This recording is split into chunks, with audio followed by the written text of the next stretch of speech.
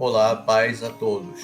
Continuemos nosso bate-papo sobre a Igreja de Jerusalém, a partir do livro dos Atos, capítulo 2. Veremos aqui o terceiro acontecimento neste capítulo, que nos falam das primeiras conversões. Nos diz o versículo 37.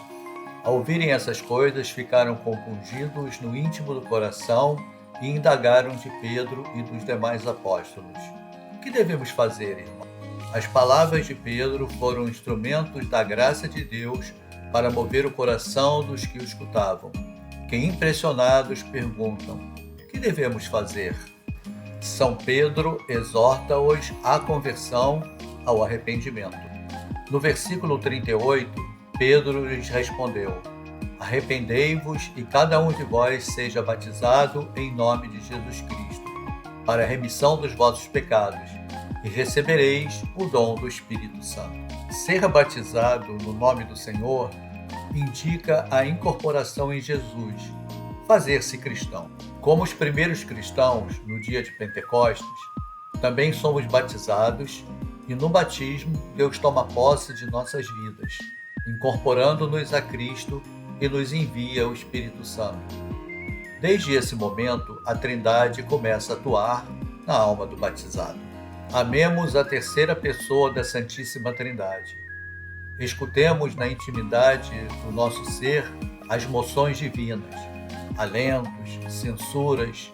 Caminhemos sobre a terra dentro da luz derramada na nossa alma. Podemos experimentar a mesma pergunta do apóstolo Paulo na primeira carta aos Coríntios: Não sabeis que sois templo de Deus e que o Espírito Santo habita em vós?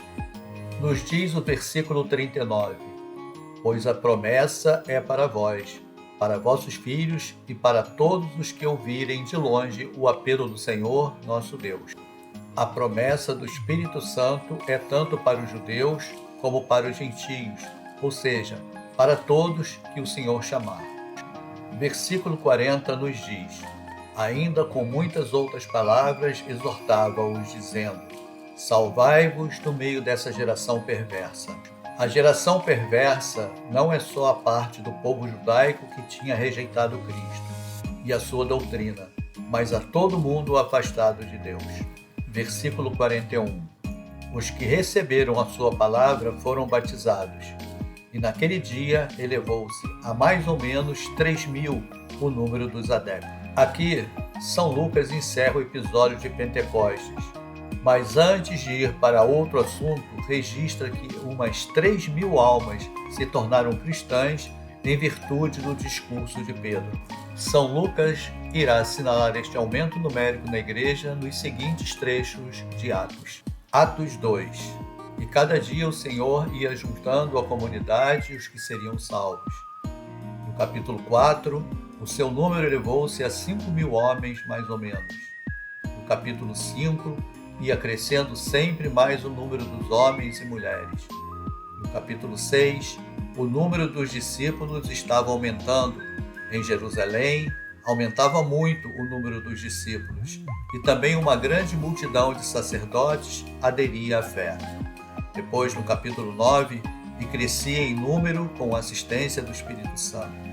No capítulo 11, grande foi o número dos que abraçaram a fé, assim uma multidão considerável aderiu ao Senhor. E no capítulo 16, as igrejas se fortaleciam, cresciam em número dia a dia.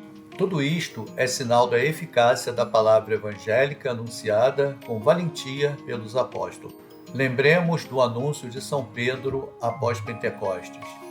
Jesus é a pedra angular, o Redentor, o todo da nossa vida, pois fora dele não foi dado outro nome aos homens debaixo do céu pelo qual possamos ser salvos.